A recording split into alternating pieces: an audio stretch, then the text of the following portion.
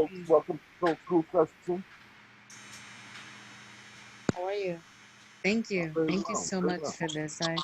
I have met you a couple times in person, and I'm just so very grateful for your generous sharing. I think it's creating a deeper interconnectedness in terms of a global community, and I think that's one of the benefits and almost request, if you will, of this pandemic. I think that the old paradigm and the way that we have existed um, and a limited concept of community Mhm. pre-pandemic, that's no longer going to exist. And I think, I know with your type of leadership, your type of educating people, it's going to really help people begin to co-create a vision of what that global community looks like, because Wow. we're all housed in a container, right? The container is the physical body, but you're in one location, the other person that is on this call is in another location, but yet we are together in the same space. And I feel like that sort of thinking and awareness and speaking to that in terms of our spiritual tools and legacy is really going to help fortify that. So thank you. Thank you so much. Thank you. You said some really beautiful things. It was very complimentary. Um, Very true. excuse me. Very true. You see, that's the thing about Soul School Sessions. Soul School Sessions is about a very specific type of conversation. Mm-hmm. Soul School Sessions is about a conversation in which everything is moot. Mm-hmm. Moot means that no matter how much you are saying something is a lie, no matter how much you are saying something is wrong, it's just as true Mm-hmm. as anything you know to be true. Mm-hmm. Moot is an unwinnable argument. It's an argument that you can only win because you have the facility to make people believe that there is some truth that could be said. I have that facility. I went to Yale. The Yale is a mythological beast. This mythological beast has two horns. And these two horns, what separates him from all the other trolls that have horns, anything with the horns is a troll. What separates this troll from all the other trolls is that this troll is honest. The other trolls will tell you, I know what the truth is. Mm-hmm. This is the only honest troll. This troll tells you, I know I don't know what the solution is, but I know how to make anything seem like the solution. You heard? Yes. Anybody have a Listening. comment on what I just said? Monica, do you have anybody have a comment on what I just said? I'm listening. Do you have a comment? Anybody heard it? How about you? You have a comment? Yeah, since nobody wants to interject. The Yale troll, which again is the king of the trolls. It's the ultimate troll. It's the troll that tells all the other trolls what to fucking do. Mm-hmm. Right? The Yale troll can do this because it can do something none of the other trolls can do. Anybody know what the Yale troll does that all the other trolls can't do? Oh, I forget, none of y'all went to Yale. At Yale. The Yale troll, what it can do is it can swivel its horns in any direction. And every direction it swivels its horns in, no other troll dare argue with it, because it is the moot argument. There is no ability to beat me in a debate. I will make you feel that I am creating the ground below your feet. I am the greatest Yale that has ever been.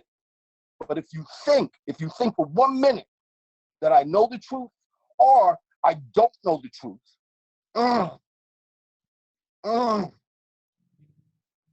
there's problems. So right off, I have to define a moot argument, because I am the almighty good Yale.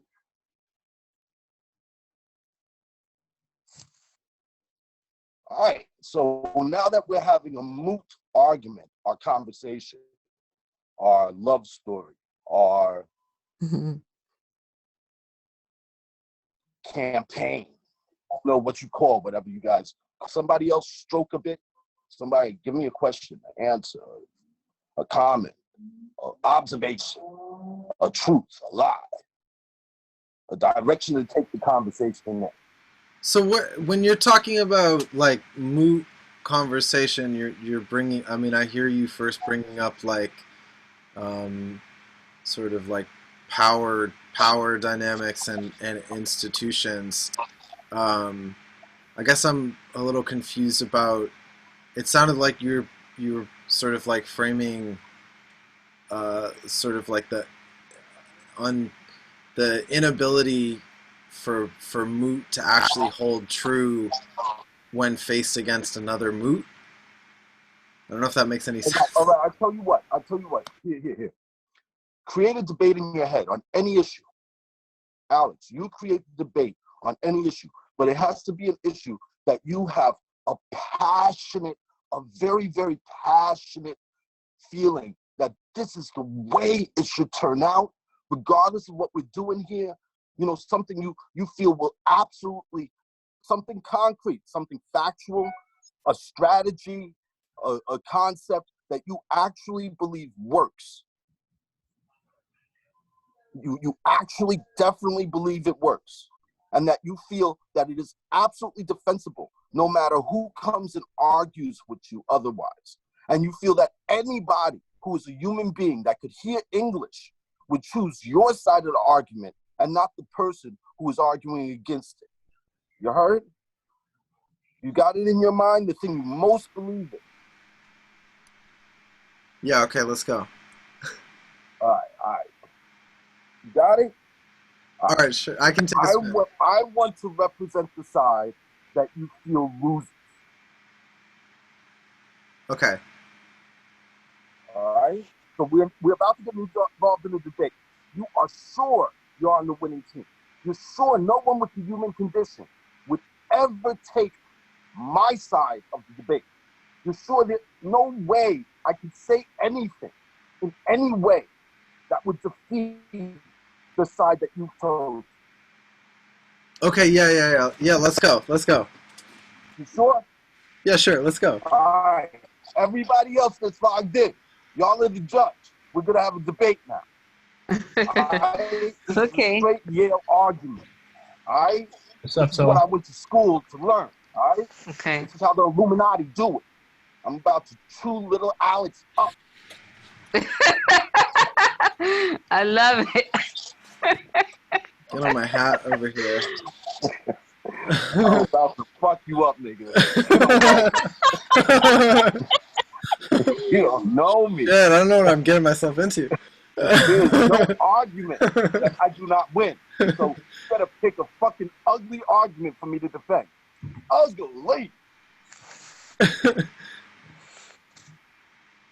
All right, when does the bell sound? You think you have the handicap?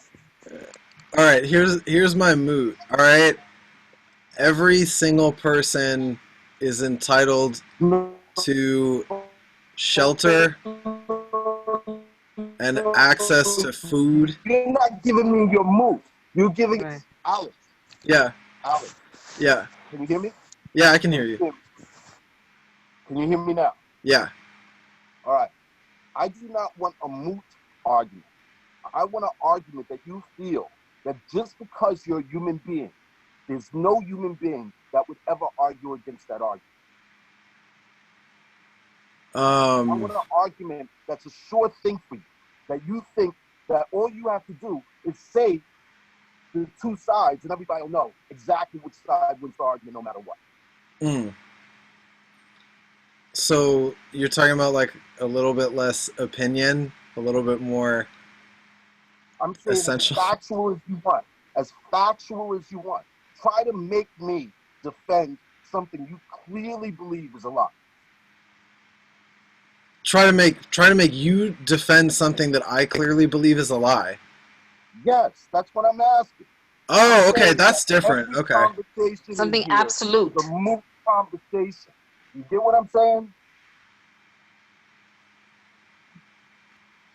I have to think about something that I believe is a lie, I guess.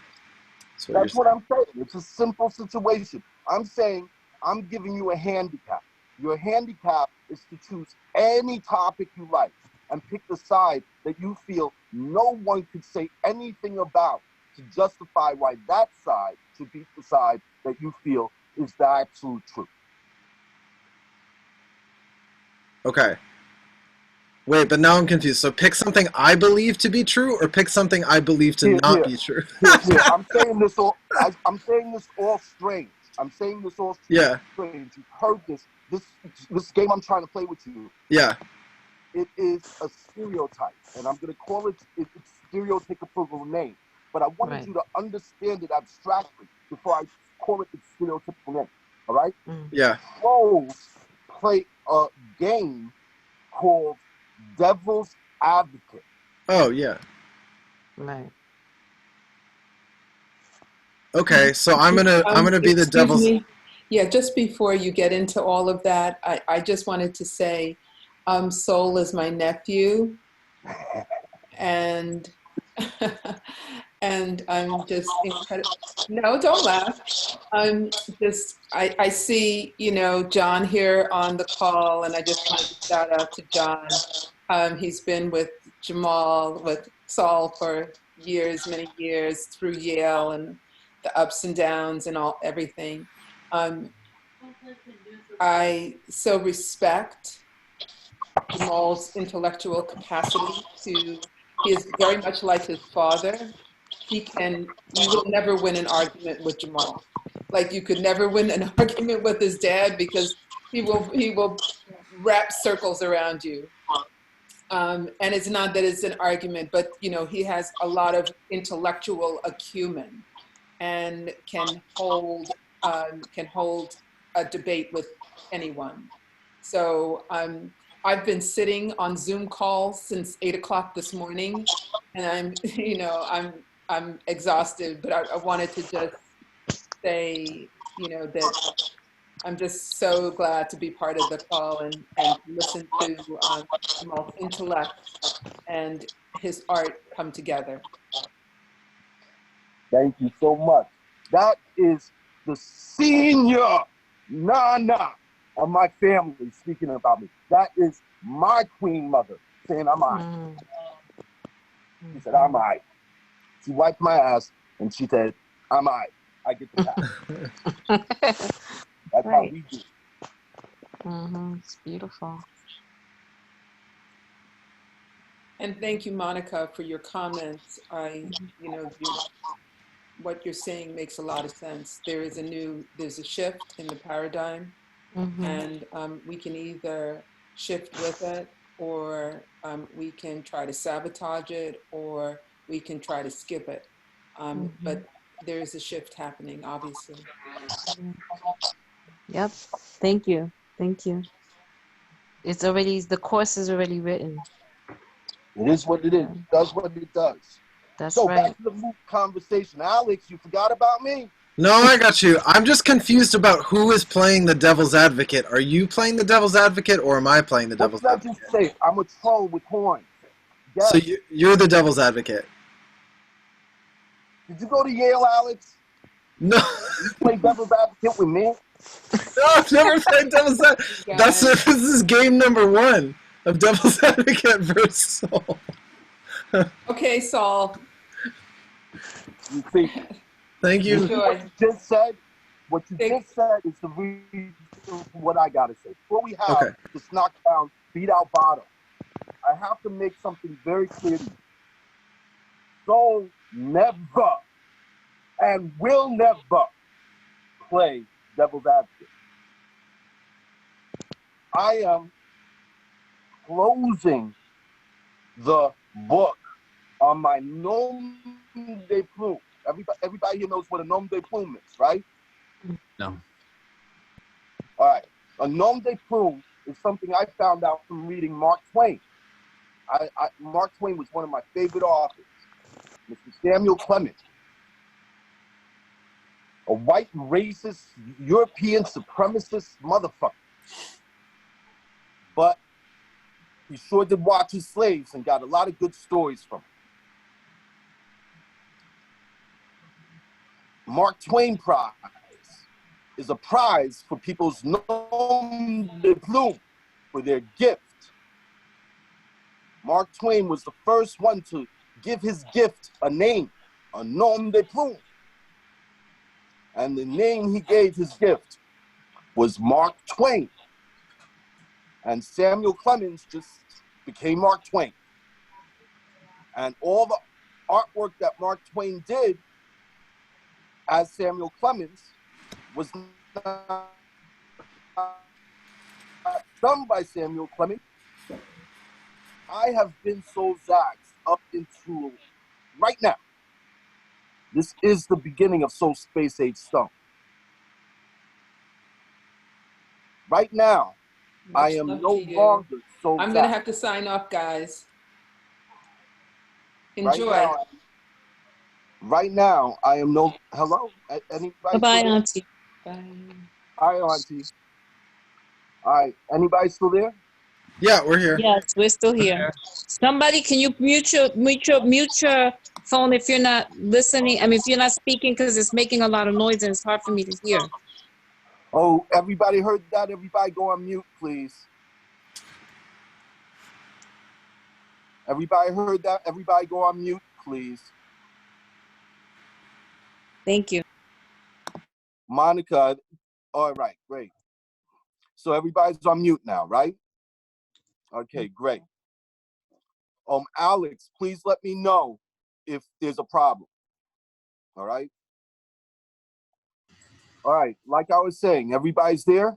All right, Alex, let me know if there's a problem. Don't talk if there's no problem.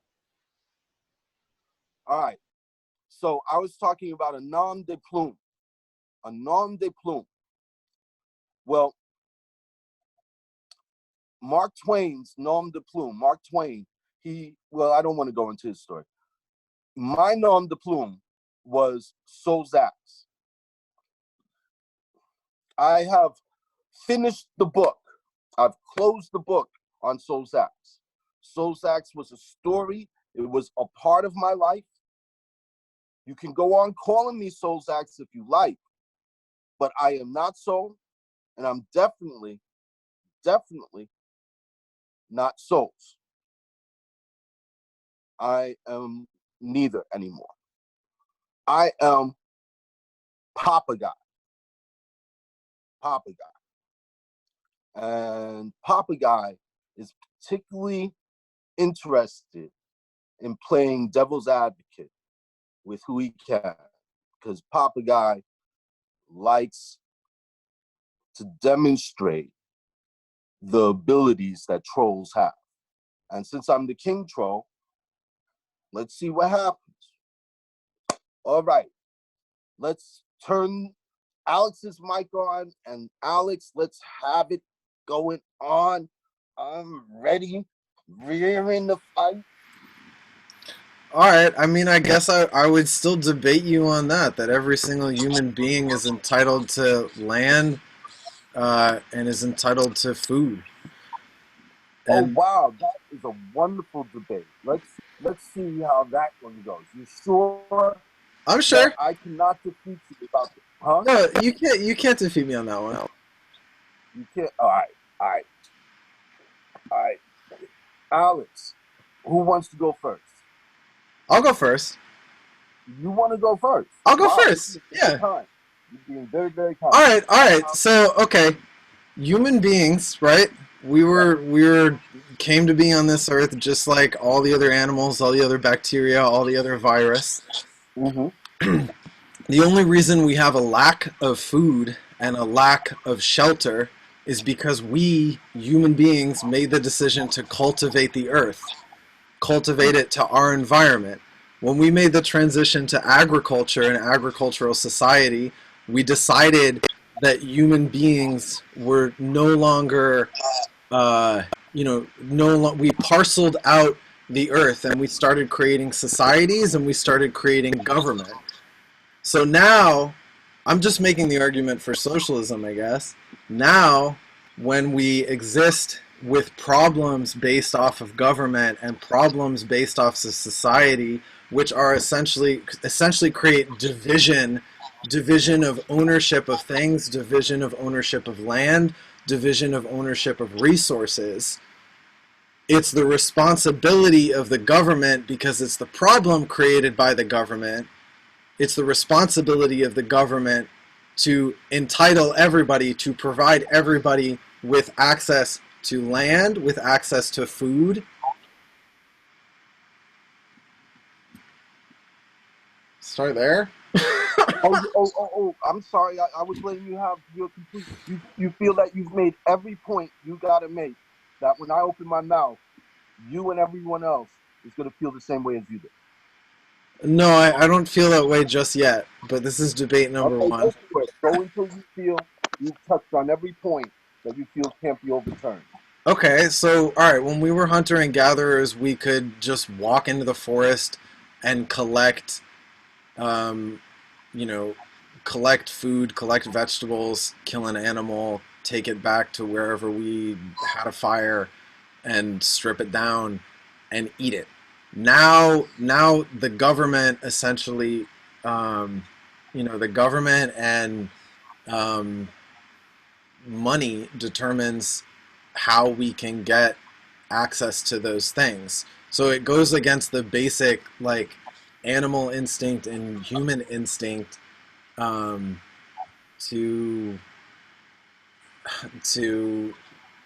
cut off, cut off those resources. It's just against our essential ability to survive. God damn it, Soul. First spin is hard. You made all your points yet? No, but I'll put in the pause button and you can rebuttal me, and I'll spin back harder. Quick. I'll be quick. All right, be quick. Let's see if I can. All right, you come back with your punches. You sure? Come back with your punches for now, and I'll punch back. All right. Let me introduce you to something other than the devil's advocate. I am the revealer of either the truth to some, or the revealer of what a moot argument is. I never reveal the truth to everyone, but I do show people what a moot argument is, or I show people what the truth is. That's why I don't try to make you feel good. I try to show you why what you arbitrary and sometimes capricious. You understand me? Huh, Alex? Hello? Alex, come on. I hear you. I'm here. You sure? I hear you. Yeah, go on. You get the point of what I'm trying to do. I'm not trying to win the argument. I'm not trying to make you look bad like you lost, like I knocked you out 1-2. My point, and this is the point of every troll, because I'm the king of the trolls. I have a simple point.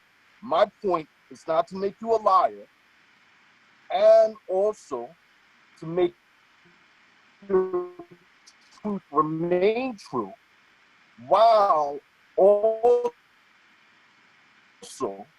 making what you true. You understand what I'm saying, Alex? It's a little choppy, honestly, the audio, but I'm with you, and go on. Tell me back how you hear it. That it's not. I don't know. I guess I'm gathering it. You're saying that the troll, it's not the point to prove me wrong. It's just to, I don't know, show an alternate. Is that what you're saying? No. All right. Let me make it clear from my perspective what I'm doing. It may not be true from your perspective, but what I'm doing from my perspective is that I'm going to make it. Anybody's there? You hear me, Alex? I'm sorry, Alex. You there? Hear you, yeah. Coming in? Yeah, I hear you. Sorry, I'm trying not to interrupt. I'm giving you a thumbs up. Yeah. No, I can't see you. That's why. I have. Oh, yes, I hear you. Yes, I hear you. All right. I can't figure out the Zoom thing. So in any case, I'm going to tell you it from my perspective. From your perspective is a little more difficult. But from my perspective, my goal is not to make your truth look like it's not true. My goal is simply to show you an option where your truth is true, but also what you think could not possibly be true is also true. That is my point. To take what you think is absolutely a win-lose argument and instead show you that it is a win-win argument. That's why I'm the king of the trolls, because only a royal troll can make a win-win argument. All the other trolls can just make you always win certain arguments, and then there's other arguments they lose. Or they can make you always lose certain arguments, what they want. But in any case, all right. So, Alex, are you ready? Let me know by turning off your mic. Yeah, I got it. I'm turning off my mic. All right. So if I remember the question correctly, and if I make any mistakes or misunderstood anything that you said, Alex, it went kind of like this. Do people have a right to access to land, water, and all the things that they need? How is it possible that we can live in a land or I forget the rest of it, but in any case, I got a really good one for you here. You want access to something that has been here since the hunter-gatherers have been here, right? You say that human beings should have access to something that is still here, that has been here since the hunter-gatherers, and yet you're saying you're being denied it. That makes no sense, Alex. How are you being denied it? Human beings have everything they need. If human beings ever once didn't have one thing they needed, human beings wouldn't be here, would we? So what is it you're complaining about more clearly? Because from my perspective, you are claiming that something happened between human beings and where we are today that prevents you from having access to land and water, when, from what I understand, you can't even get away from land and water. You guys try to build spaceships to get to land and to get away from land and water. You guys want to go to Mars and the moon, where there's lots of land but no fucking water and no shelter and no people. So tell me what people have a right to, Alex. I'm done. Well, yeah, you said that sorry, I have to turn the volume. You said that I'm proposing that something happened between the time that land and water got here and where we are now. Between caveman and now, nothing Yeah. happened. Well, yeah, we still have the same land and water that the caveman had. yeah, but we don't negotiate it in the same way. Oh, now we're getting some hot topics. You changed the issue. No, that was my issue to begin with. You said, why don't people have right to land and water? Okay, let me rephrase what I was posing, because the point that I was making was that those things, right, land and water, existed, and access to them was different in the time of hunter and gatherers before land and water, and still all the people got all the land and water. So you're arguing about something that was stolen from you. Who stole it from you? No, I'm not saying somebody. I'm saying that the formation of government and the system of capitalism managing. What specifically did they do to take your water and land from you? For me as an individual. You're a human being, right? Yeah, yes, I'm a human being, yes. So what specifically did this horrible government and horrible capitalism do to take away your land and water? Did they blow up the atomic bomb? Did they blow up the sun? I mean, they must have done something, this evil empire, that took away what was given to humanity. Yeah, well, I can speak. Okay, I'm gonna speak on the side of humanity. Okay, so I'm gonna say that the systems don't speak for anyone else. I asked your passions, not humanity's passions. Why are you so quick to talk to humanity in the abstract, but hate humanity in the reality, which is our governmental system? Because the system that the government, like the system of the government, unjustly like owns those lands when those decides what's just in the society that you grew up with. The government decides what is just. What is the government? The government is the people. We live in a country that says we the people. Are you people? The government is not the people in reality. I'm a person. You born here? I'm a person. Are you born here? I was born here, and I'm a person. So that makes you a citizen, right? But not an expression.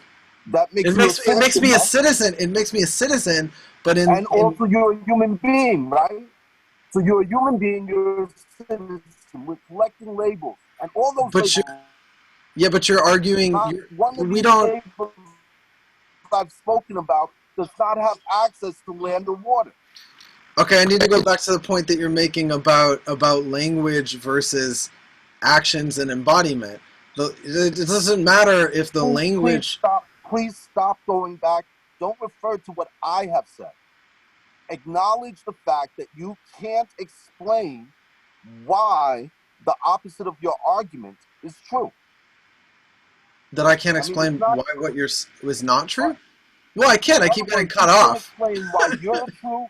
You can't explain why I'm wrong. You can't explain anything right now. So think about what you got to say. Think about your issues and be specific so that I have to show you how you lose the argument or how you win the argument or how you do anything with the argument, because it's not an argument. It's a moot issue, and I will always make it a moot issue. So start off on any issue, and by the time you feel I have said something that makes you rethink the fact that it is two different issues, or the fact that there is an issue, or whatever you want to talk about the issue, tell me what's up. Okay, I guess my argument my moot issue that I was trying to prove or argue was that you give up already? You say it's a moot issue? I want you to stop and rethink. find something else specific, or think about the argument we're trying to make and get more specific about it. I'm asking what it is that rubs you the wrong way, that you can point to something in reality and prove that that thing in reality is what rubs you the wrong way. Well, okay. You want to get really specific about an aspect of that. Let's talk about I don't know, landlordism. I don't know what to call that. Taking what it is. Landlordism. Okay, let's talk about landlordism. The word was invented. Okay, so you got a problem with landlord? Landlordism is totally inhumane. It's inhumane. Yes, it's inhumane. You say a word that we can speak is inhumane. No, I'm saying the act of profiting off of.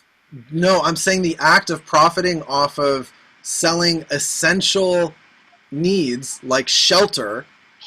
If I have excess of shelter and I sell it to you, if I rent it to you, and it's in total excess and I don't need those shelters, it's inhumane to do that. That's what I'm arguing. All right. So you're saying that humans can be inhumane to humans? Yes. All right. Show me a situation in which humans are not inhumane to humans. In which humans are not inhumane to humans? Yeah.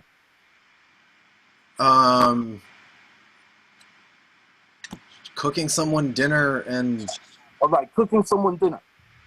You ever seen the mama that just loves to see her baby eat?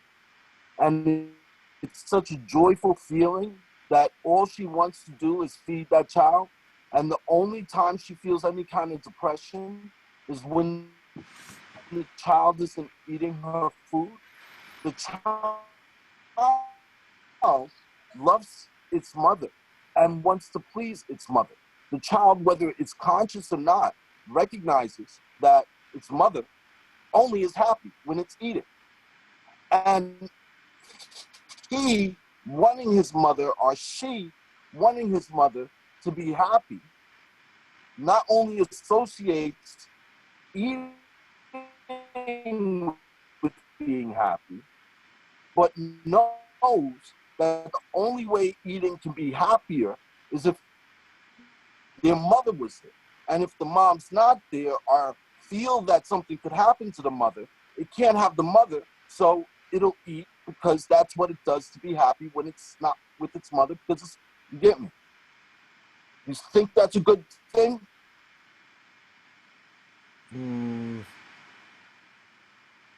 There you go. So your argument is moved. The act of developing bond, the act of developing kinship. You said it would be humane to offer someone dinner, and I gave you a human being doing a humane thing that was not good for human beings. That is inhumane. Okay, the act of giving somebody sustenance in order to survive that's incapable of providing sustenance for themselves? The act of getting joy from it. The act of relying on that joy because you did a good thing to make you a good person. Because you get addicted to being a good person. And the only rush you get is from being a good person. And guess what? That thing that rewarded you in one situation, that thing that said to you, you're being human. You are a good human being.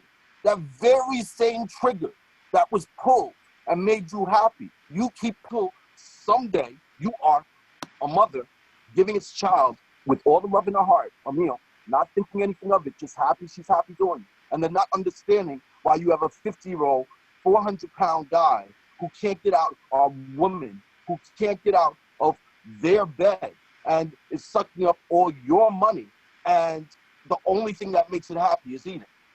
And all I tried to do was be good to my child. How did I fuck up? So it is not humane to be good and nice and give somebody a meal until that's the only way they like you to be. Well, yeah, sometimes it's more humane to have boundaries and to, What boundaries? When do you apply them? Give me specifics. I work with specifics. okay, when is it humane to have boundaries? All right. Okay, when is it's humane to have boundaries? By specific. You don't understand what an issue is. Here's an issue. Is Trump a good president? Would you say that I can argue you into saying that Trump is a good president? Would you say there's any truth in the fact that Trump is a good president? Do you think any troll could make you appreciate Donald Trump? Probably not. I am that troll. That's the type of issue I need. So, you say Donald Trump is a bad president, and you feel no matter what, I cannot defend him. Sure, let's go for it. All right. Once again, folks, I want to be clear as I make this argument with Donald Trump that I do not like or dislike Donald Trump. And the arguments I make have nothing to do with my own opinions. They have to do with your opinions, folks. Your opinions. All right? Right now, I'm being asked to be passionate about MAGA, about Donald Trump and everything about him, and show you why my audience, who I assume you are, will be rooting for Trump too. Alex, does that make sense to you? Sure. Yeah. This is how politics operates. You have given me the greatest opportunity. You have told me who you hate, and you have told me that you will let me do whatever to apply your hate to him. Sure. Yeah, let's do it. All right. You're just saying that I cannot make him seem like he's a useful president. Is that true? Yeah. I challenge you. Donald Trump seem like he is the perfect president for these times. Can I? You might be able to make him seem that way, but you won't be able to. Not seem that way. I mean, in your opinion, make you personally. No, you feel definitely. Donald Trump is the greatest president of this time. You definitely won't be able to do that. Oh wow, that's what I've been waiting for. That's beautiful. All right, let me see. Is there another question I need?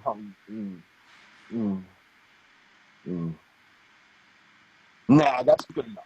All right.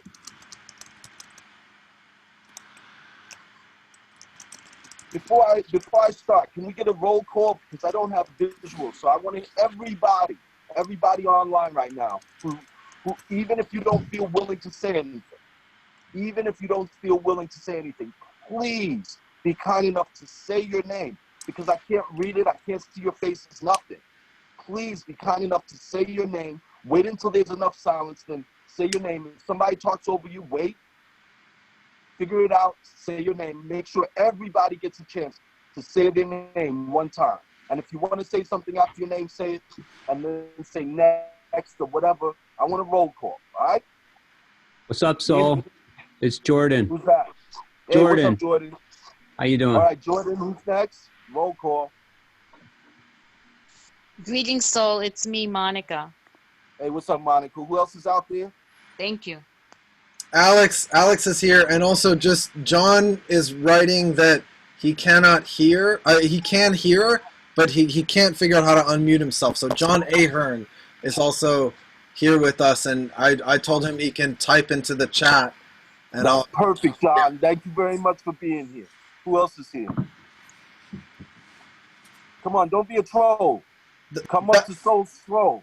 John, sorry, Soul, that's it right now, but also just to offer a suggestion, if you're on the iPhone, you can swipe to the left or right, and then you can see the other people, possibly.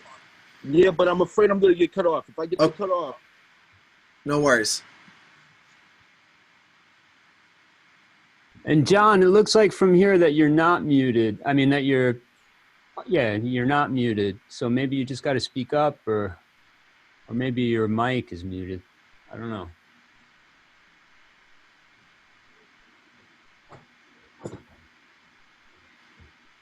All right, I see what you said.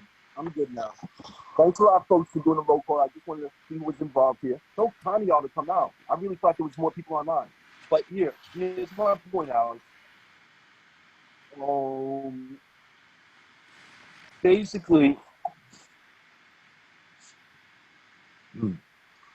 Basically,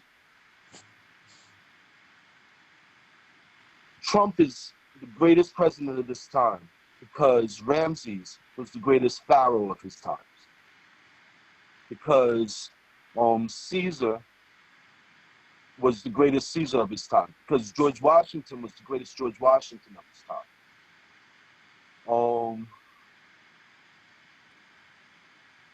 Because Alexander the Great was the greatest person of his time. He's also known as Paris.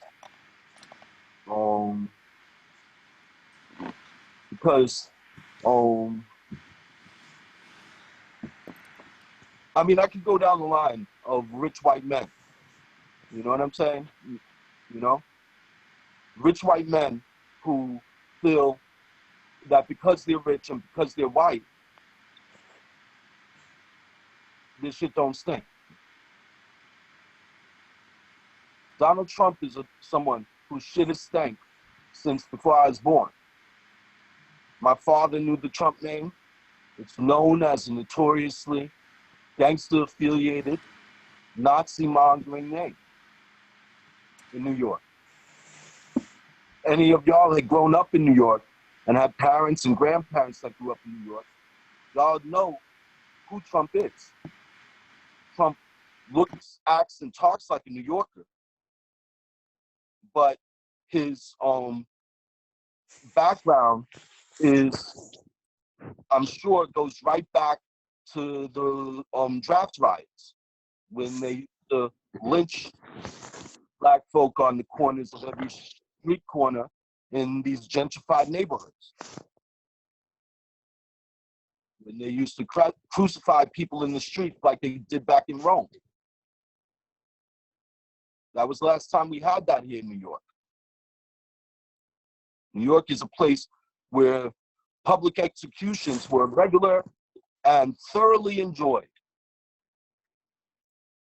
Wall Street was the place where niggas would hang until they rotted into the ground, just to let the other niggas know. Slavery's for real, motherfuckers. It is their whole fight to keep niggas slaves that built this whole fucking country and everything about this country. For President Trump to come right after President Obama, Obama being one of the greatest presidents of this country, if not the greatest. For President Trump to come right behind him is the most,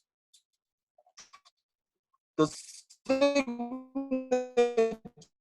of perfection. It is an amazing thing that could happen for anybody that shares my taste. And the reason why, well, just look. I could never make the changes that this great president has made to move us in a direction from the goddamn pyramid game, the goddamn what they call Avon pyramid scheme that they've been running since Egypt. Now, I don't know what happened in Egypt, but there's pretty clear documentation of what's been happening with people with my skin tone for the last 500 years. And somebody's got to pay for that. Trump's the perfect fucking clown. And the whole position of the presidency is going to go the way of the dodo. We're just African Americans here, living in the United States of the empire. The empire that is thoroughly and continuously humanity, because humanity are the only people that understand what a fucking empire is. We don't need no fucking wars. We don't need no goddamn motherfucking rich man to give us jobs, Steve Jobs. And we definitely don't need to argue moot arguments unless we're trying to learn something. So, do you now think Trump is the perfect president?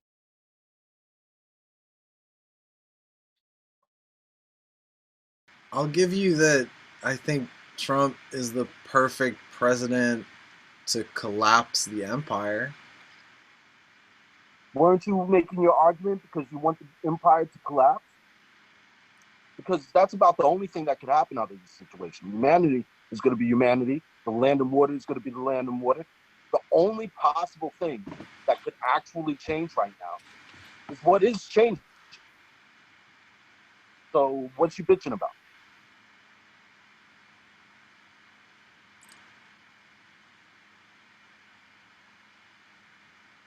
I guess I'm not following because it feels like you took the argument of Trump being the greatest president and spun it into Trump being the greatest president, the greatest presidential failure, and the most important presidential failure.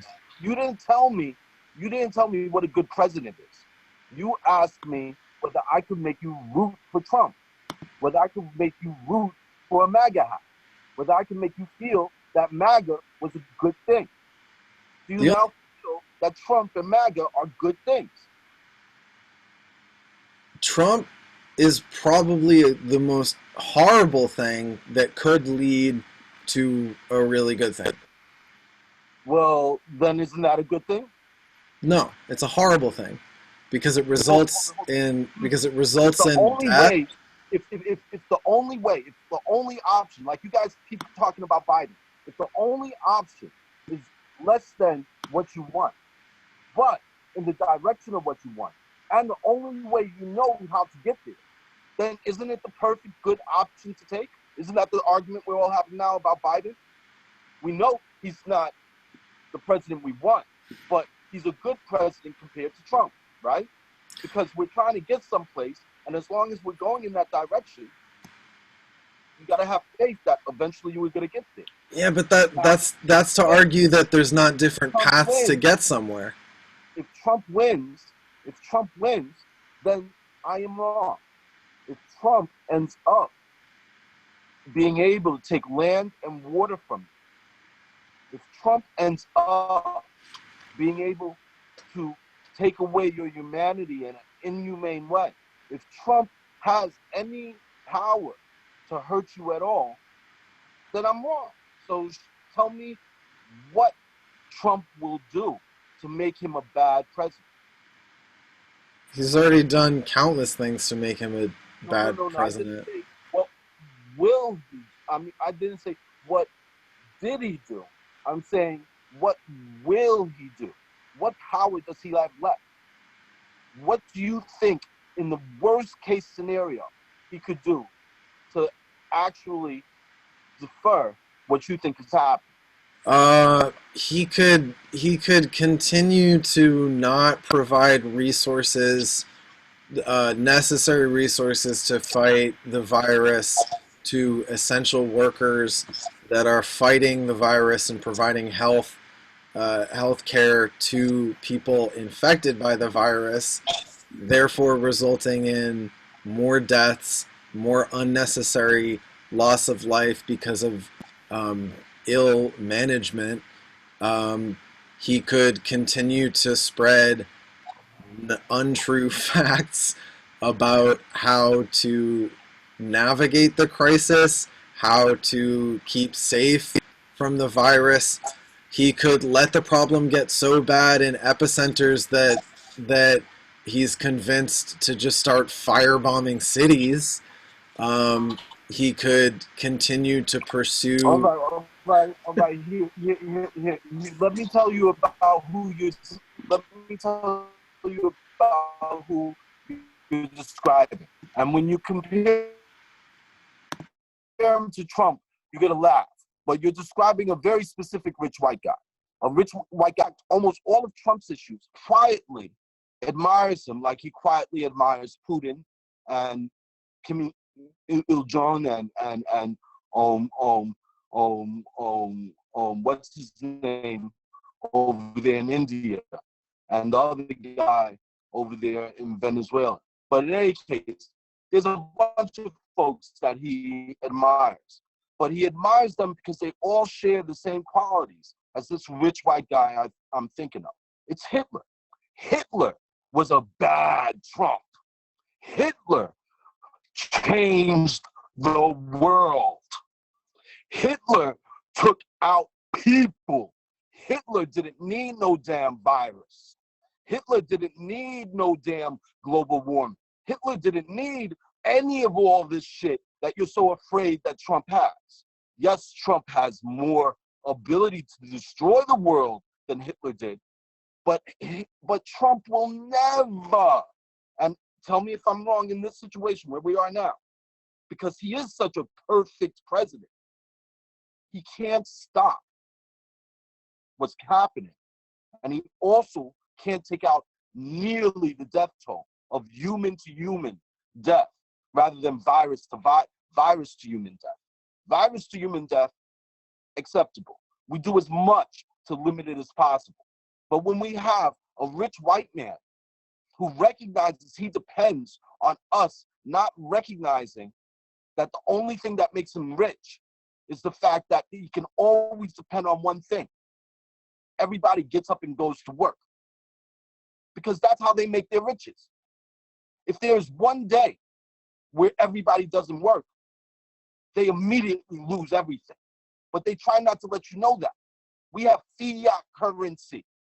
Our currency, you know what fiat means? Fiat means that it is not actually limited. The reason why they call it fiat is because once it isn't actually limited, that's why the artists who are the greatest artists can produce unlimited editions and still make money, because they're so famous that anyone who owns their intellectual copyright can print the famous image they made, and somebody will pay $10 for it. The image only costs, 50 cents. But because their name is so famous, it inflates something that is only 50 cents to $10. That's why most artists never do unlimited editions, because once you do an unlimited edition, the only thing that's expensive is the original. And right now I'm doing an unlimited edition of myself. So I don't even understand the thinking of it all. Basically, fiat money means that money is your religion, and you have to be part of that religion to really understand the value of money. In any case, that religion is so powerful that it makes everybody get up every day and do something they don't want to do, and not spend time doing what they do want to do, so that they can make men like Trump do whatever they want all the time. A man like Trump watched a black man, Obama, who went to Harvard, who worked all his life, who worked as a community, who always did, crossed every crossed every T, dotted every I, always exemplary, never made a mistake, has a perfect marriage, has beautiful kids, never got divorced. This guy, Trump, who lived the life he lived, where the only thing that he can claim fame for, the only thing that he's done, the only accomplishment that he truly has is that he's a rich white man. That's it. Everything else about his life, no one would ever say is popular, unless you're a rich white man. If he did not rule at the time of this virus, it would have been a waste of a virus.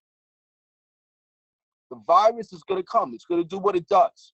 But it was a gift, the timing of this virus, just as having President Trump in office was a gift for the timing of this virus, because nothing else was going to kick humanity in the face and let it see that it was under the motherfucking foot of a small culture, one small group of people, one rib out of the body of man, a small minority out of us, the big body of man, all of our will, all of our commonness, all of our common values. This little minority had their foot on our throat. And without this virus to shake things up and show us how inept this racist European supremacist is compared to the black man that did it properly. And how much he is like George Washington, who, again, only claim to fame with George Washington is that he owned more slaves than anyone else. He was the richest Southerner.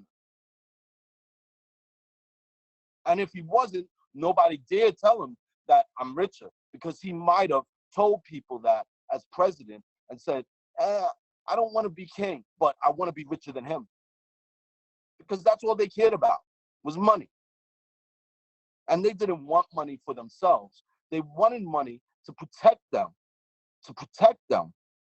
till all of us reach the top. And guess what?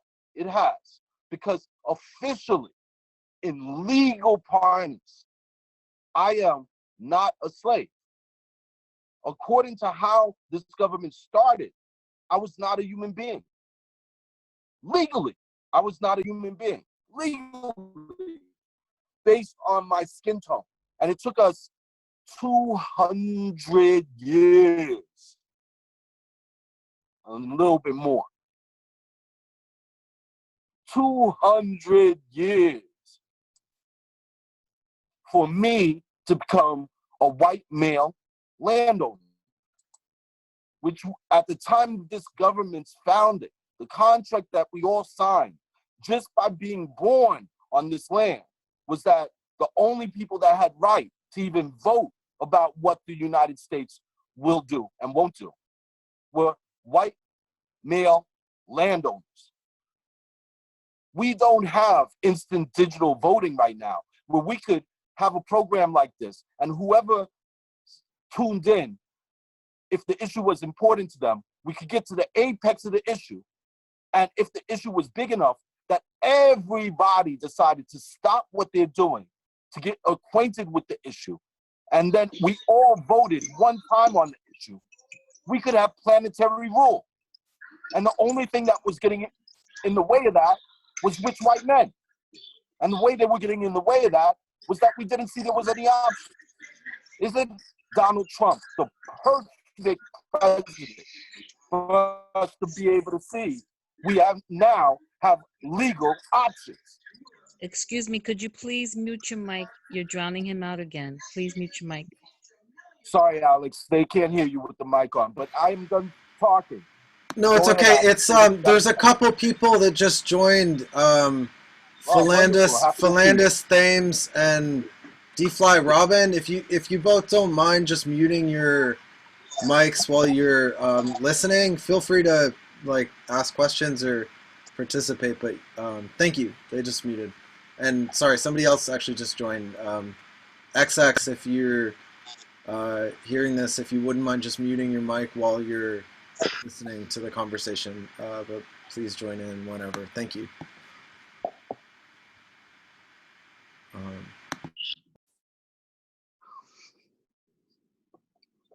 Alex. Yeah, so. Yeah, so you have any comment about what I'm saying about the presidents? Is Trump the greatest president for this time? Not of all time, but for this time. I mean, no, I don't think I can concede to that. I think it's a unique failure that is happening to lead us possibly, hopefully, towards something better. But I think that there were paths that we could have gone down that would have prevented such like disastrous loss of life and rights and Yeah. I think it's a unique Um, opportunity that comes out of such like obvious failure, but I'm curious. Do you consider yourself a white male?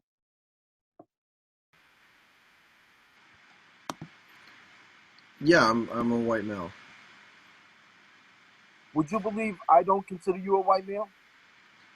I would believe you. I think that I like am treated like a white male. I have been privileged as that person in society, so I can't say that I'm not. Hold on a second. Hold Yeah. on a second. Would you say that I'm a white male? I would say that you have like made a case why I should give you the same respect as a white male, and yes, and that you have European lineage as well as African lineage. No. Do you know where the identity of the white male started legally? No, I don't. Oh wow, it's a good story. All right, wasp. You know what a wasp is? A white Uh, male Anglo-Saxon, white male I lost. Anglo-Saxon Protestant. A wasp. Who are you All right, talking about all though? right. I'll tell you what. Mute your mic. All right. Let me know if you miss me or if you lose what I'm saying. All right. So, how did the white male identity originate? Where was the first time somebody wrote down the term white male? It was also the first time somebody wrote the term black male. All right. And unfortunately, because of it, all of humanity is going to be able to blackmail white males, which is sad, but that's the type of male y'all demand. All right. So this is why I am a white man. It's not just because I am a human being. It's because of the nature of the origin of the distinction between white and black. This is a legal issue now because the first time that the word white man and the word black man was written down was in a legal situation. It was in court. I'm going to go back a little bit before it happened. We're in Jamestown. In Jamestown, at this point in its history, very few what you would call Europeans were very few Europeans, meaning people with skin tone, because it was so early in our mixing together, there hadn't been enough generations of us for somebody to be, and because everyone came from Africa, I say Europeans with quotes, because they are not the origin of humanity. The origin of humanity is African.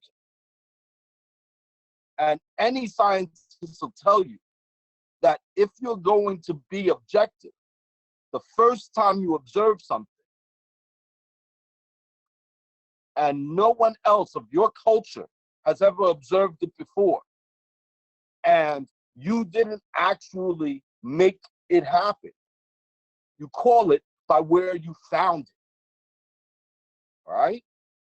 So, any great ape, any descendant of any great ape, all great apes have one origin, one common, consistent origin, which is Africa.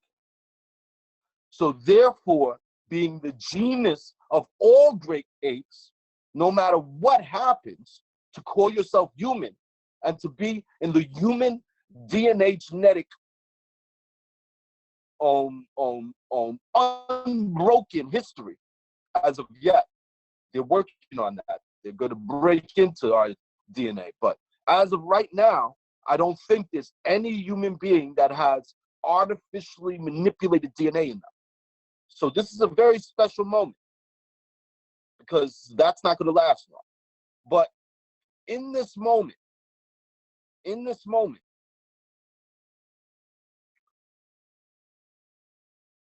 everyone is African.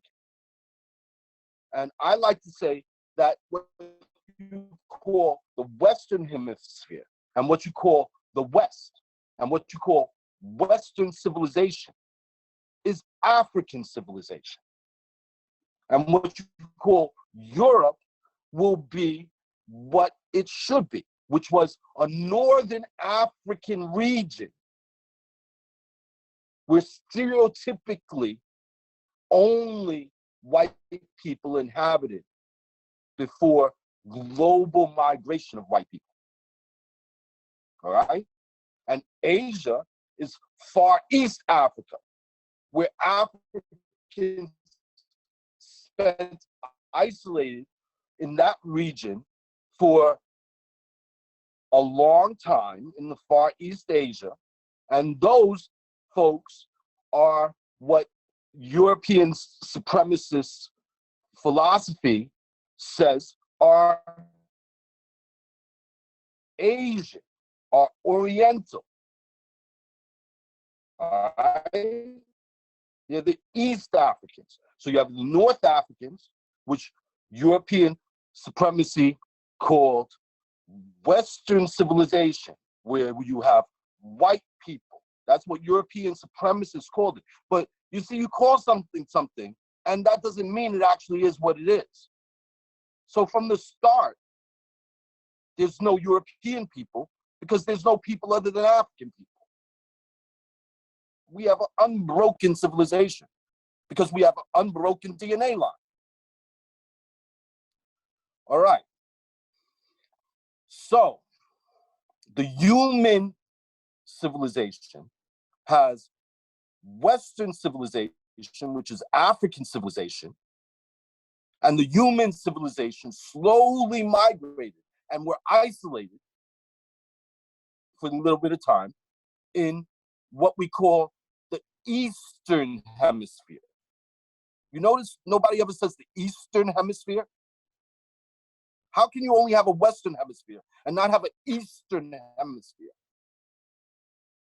The Eastern Hemisphere, which Columbus said he didn't know, which was clearly a European supremacist racist lie, because you know you're on a globe and you know it has two hemispheres, and you've never heard the word Eastern Hemisphere before. All right, sphere where Native Americans, no, they were not Native Americans. They were Africans. The Eastern Hemisphere, where Africans discovered the Eastern Hemisphere and lived there for a long time before European supremacists discovered them. Another racist lie. Alex, put on your mic. Yeah, I'm here. Do you still feel like you're a white man? I haven't even gone into the origins of your preferred identity. I hear you. I'm just asking, is it still your preferred identity? Because I've just told you scientifically why it is not an identity. It's a piece of artwork that you are calling yourself. No, I hear you, and I agree with you, and I respect that what you're talking about. Do you agree with me enough to actually buy my artwork and give up being a white male because it means nothing, and become African American because it means something? No, I hear what you're saying, but here's my thing. It's like I don't know how to adopt what you're saying. You don't buy what I'm saying. No. Wait, let me. Moot argument. This is a moot argument. So let me just finish what I'm saying. So let me just say the full response, okay? I hear what you're saying, and I agree with what you're saying, and I respect what you're saying, but I don't understand how to like actually embody and join that argument. It's just a word. Because it's just a word. You are replacing a lie that you were born being told you are, like the lie I was born being told I was. They told me I was black. In order for them to have been able to tell me I was black, they would have had to have been the people that made black people. But isn't, for me to say that, for me, based on what your argument, right, to say that I am African American, right? Yes, not say it. Know that you're African American based on facts. I hear you. However, like, for me to say that feels as if to negate the oppression and pain that my people have not been dealt. Now you know what a truth argument is. Now you know what a moot argument is. In your heart, you absolutely know I'm telling the truth. You actually know everything I'm saying is passionately is true. You still hold on to. You still hold on to a sound, a word, a concept that is as real as Santa Claus. But as an adult, you still are called, you might as well be calling yourself Spider-Man. You have a nom de plume too. It is called the white man. That's why I gave up my nom de plume. I'm Trevor Jamal Holt there. You can't make up your identity unless people allow you to. And no one can give you identity unless you don't know it's not your identity. You were given that what showed you factually that it is not your identity. And yet, even though you believe me, you still are so addicted to being a white man and all the things it means. You still, even though it goes against your very nature and the nature of reality, you still refuse. That's a moot argument. That's an argument where you are holding the truth and the lie. You hate Trump, which is a rich.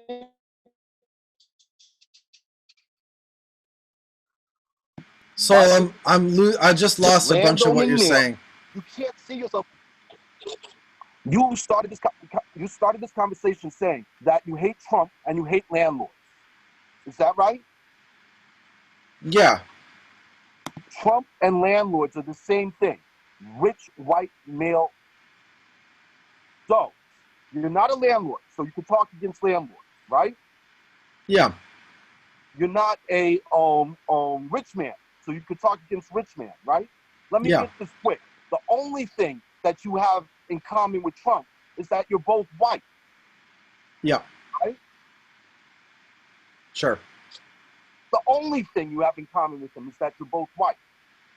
Sure. Everything else about Trump you hate. Sure.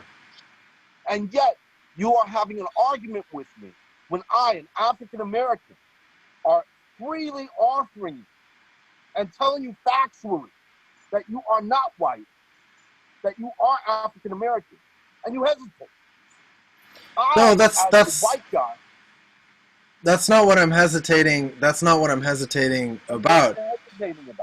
What I'm hesitating about is I'm asking the question. I'm asking the question because what you're arguing is that you're saying I give you permission to first see the facts that the origins of life, the origins of humanity, the origins of us have come from Africa, and therefore I am African, right? But now fast forward 10 million years later, the origins of where, as far back as I can trace my family that I know come from, are Italy, and probably a mix of other places because that region is very mixed. However, historically, 300 whatever in the last 1,000 years, the people of my continent have historically oppressed and injured and harmed your. You know what I mean? Listen to me. Be easy. Be easy. I'm going to put you through a thought experiment so that you can. Okay. Yeah. Go for it. All right. This is how silly your argument is. All right. How do you know a block is pure gold?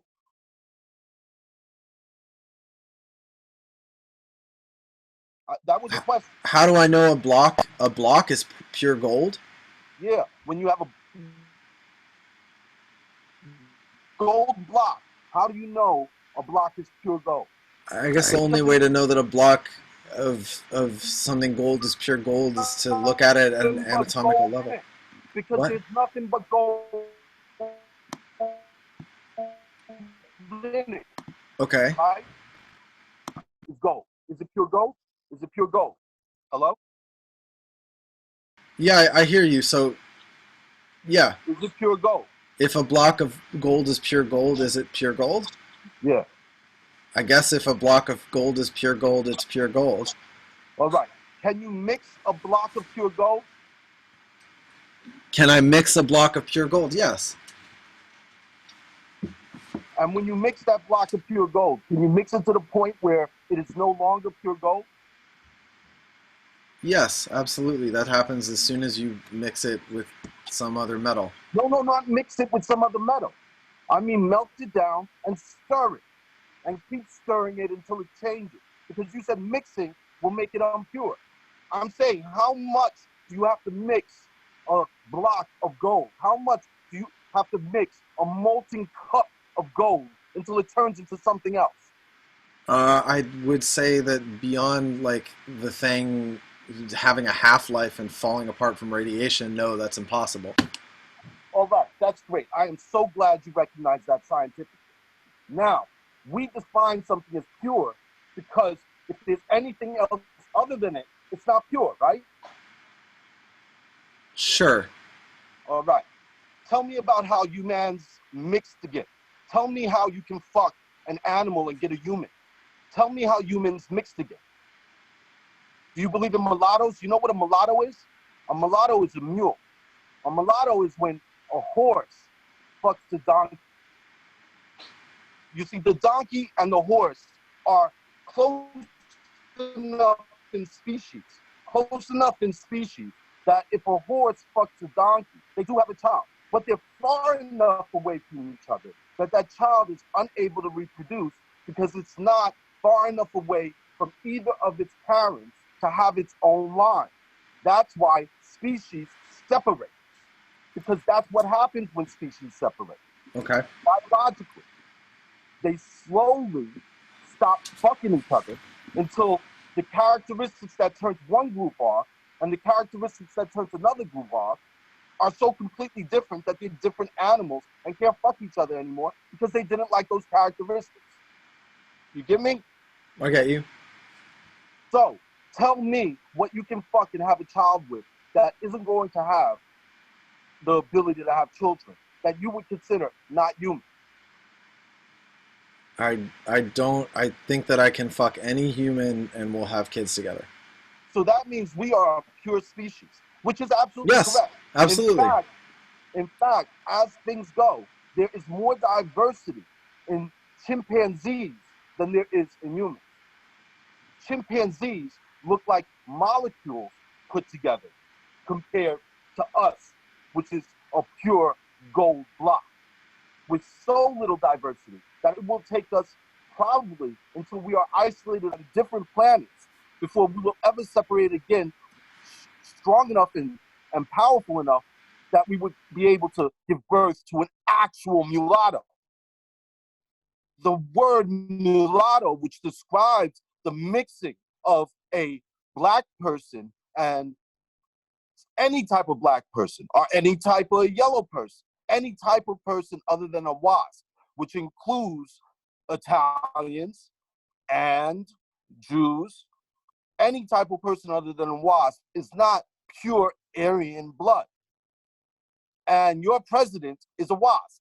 Pure Aryan blood has been sitting on a red carpet, a magic carpet, an Alibaba carpet since the day he was born. They used to say he was born with a silver spoon in his mouth. And you still refuse to give up the only thing you share with him, which is the concept that you're white. I'm not refusing to give up. Oh, sorry, you're not done? No, go ahead. No, I'm not refusing to give that up. I'm just questioning whether or not it's like fair and just for me to just suddenly say I don't have the privilege of being white. I don't. Hold on. Excuse me. I didn't say anything about privilege. You don't have any fucking privileges I don't have. I'm a citizen, you're a citizen. What makes you think you have privileges just because you use the magic word, I'm white?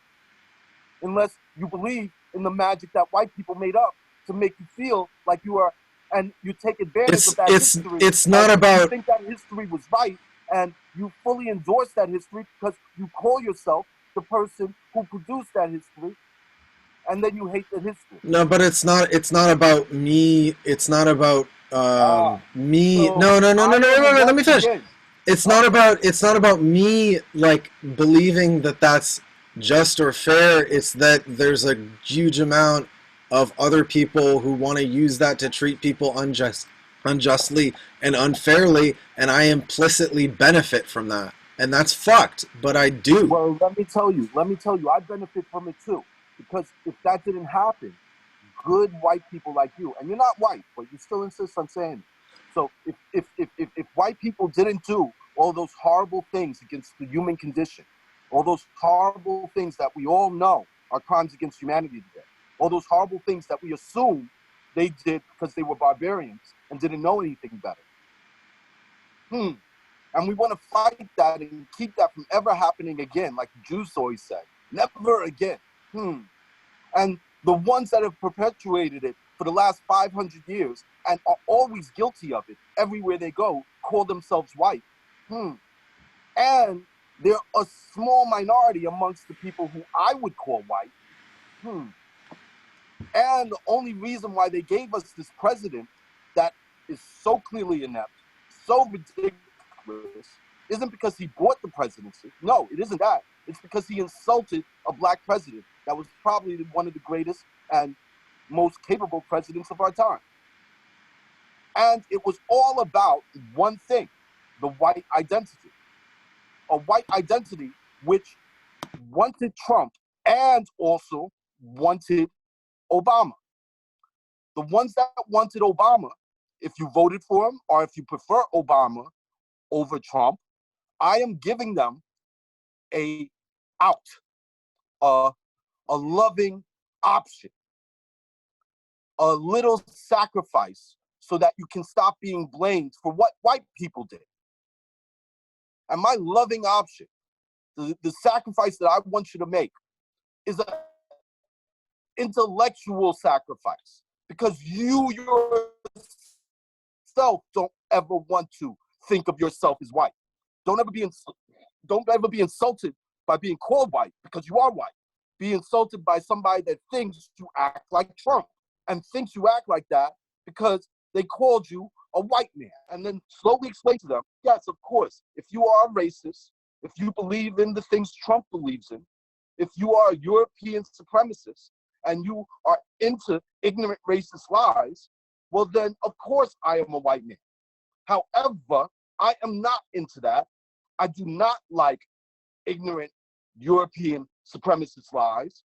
So I identify completely as African American. Now, I know because my skin tone is white, you will say I can't do that. What I say to you is when I display a characteristic that you think is white, just say, oh, that's so white of you. I will always call you the N-word instead of nigger, because I know I have no right to call you a nigger, because I and my ancestors don't deserve to use that word on humanity because of how we used it on humanity when we thought we were white. So I will call you the N-word all the time because I recognize you as being black, and you will call me African American all the time, except for when you recognize me showing some trait that you and me agree is a white trait and not a trait of the human condition, or at least not a trait of the human condition that human beings want to support. All right?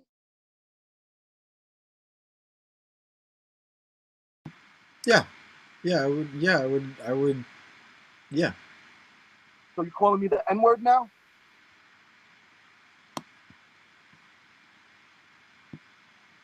You want me Hey, to, nigga, you calling me the N-word. I don't want to call you the N-word, but I don't want to, I'm not going to call Hey, you you are anything calling that's me the hurtful. N-word. You are calling me the N-word. And when you sing our songs where we talk about nigga this and nigga that, what are you going to say when you hear the word nigga? My nigga. What am I going to say when I hear it? Yeah, how do you say the word nigga again? I'm not going to reproduce the pain that comes with saying that word, so if I have to say that word, I would say N-word. Exactly. Beep, beep, beep, beep, beep. Oh, my goodness. Oh, look at that. That is beautiful. If you say the N-word every time you try to tell someone what you mean by saying my N-word, say, I mean me, my N-word, and niggas will know that you ain't white. Because if you are light enough to look white, you just say N-word and acknowledge I'm one of your N-words. I'm one of your N-words.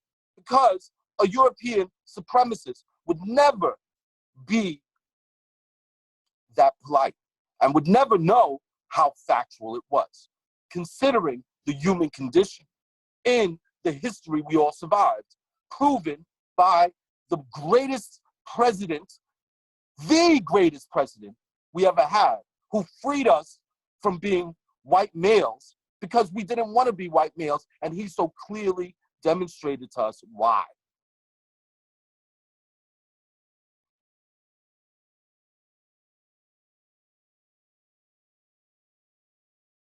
So, how you like that, Alex? Okay, I'm more in your mood.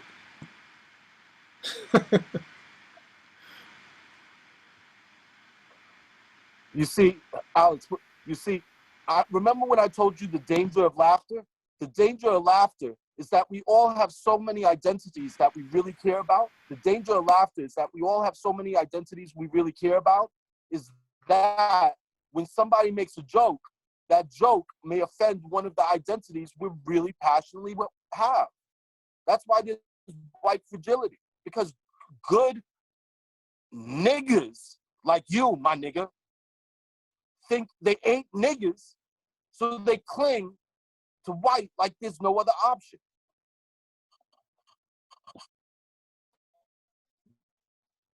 All right, this is question and answer time. Everybody, you got any comments? I'm gonna go off soon.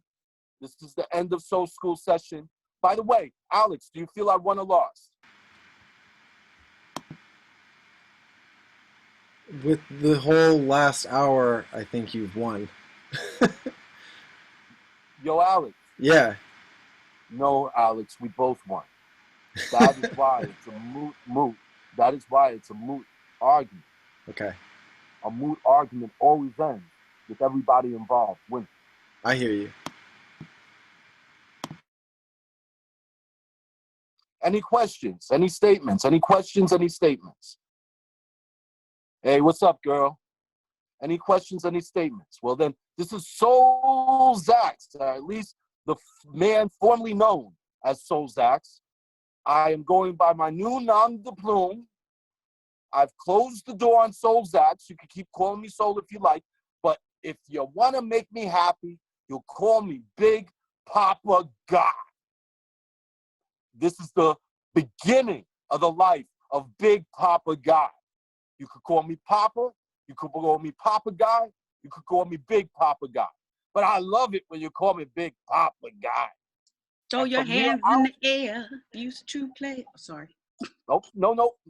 You're right on point, baby. Brooklyn, we go hard. We go hard, baby. I'm still Bucktown, even though I'm in the Boogie Down. Can't take Bucktown nowhere. What? All right, y'all. Yo, enough love, enough respect. Unless anybody got one quick statement, comment, anything. Yo, in these days, I love talking with folks. Anybody that's still on, please give me a ring. Let's talk one-on-one. All right? Peace. Thank you. y'all. Thank you. Peace. Thank you. Thank you, Saul. Thank you all. Peace.